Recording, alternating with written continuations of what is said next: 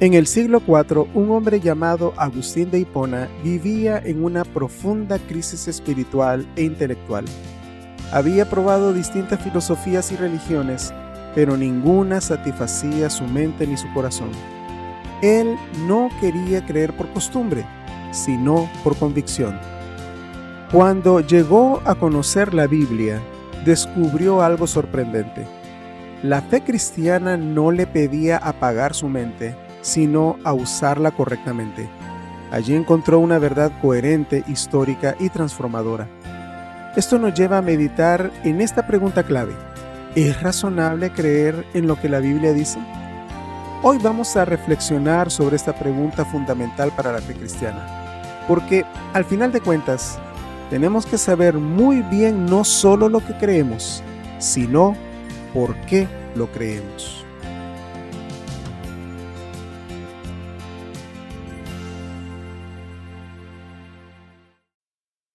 Hola, les saluda el hermano Eduardo Leiva y esta es otra cápsula de Discipulado Bíblico.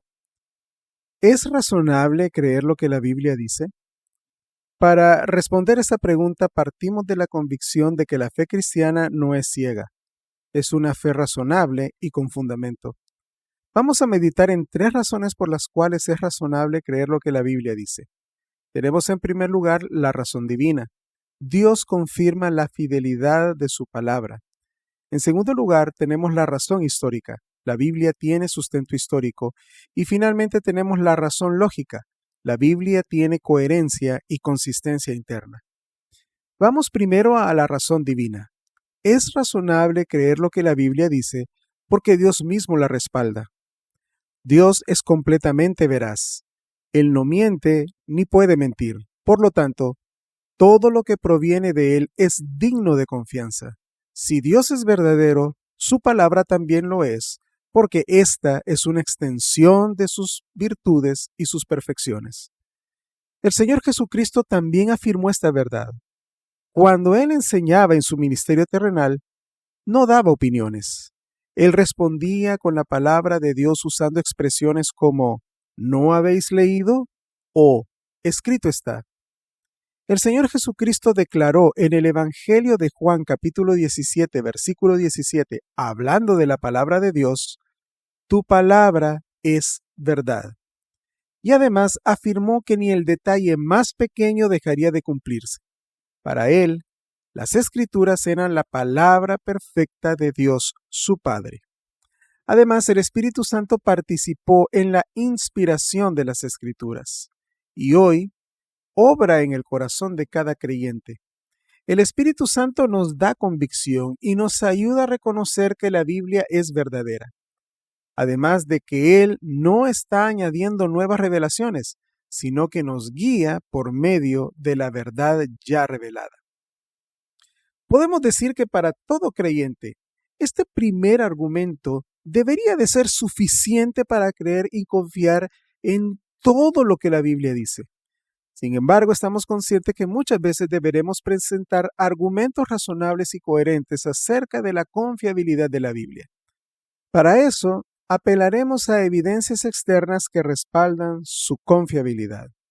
Primero, la Biblia tiene un sólido sustento histórico. Es el documento antiguo mejor preservado que existe. Solo del Nuevo Testamento hay más de 5,000 manuscritos en su idioma original, es decir, en el griego. Además, la arqueología ha confirmado repetidamente lugares, personajes y eventos bíblicos, demostrando que no estamos ante mitos, sino ante realidad histórica. Además, la Biblia tiene una coherencia interna extraordinaria. Fue escrita por más de 40 autores teniendo contextos personales diferentes. Entre sus autores hay pastores, reyes, legisladores, escribas, pescadores, fariseos, sacerdotes. Se escribió en un periodo de 1500 años en distintos lugares, en diferentes culturas y aún así mantiene un mensaje unificado, consistente y sin contradicciones. Uno de los ejemplos más sorprendentes es el cumplimiento de profecías. Solo sobre el Señor Jesucristo existen más de 300 profecías cumplidas con precisión. La posibilidad de que eso ocurra por casualidad es prácticamente imposible.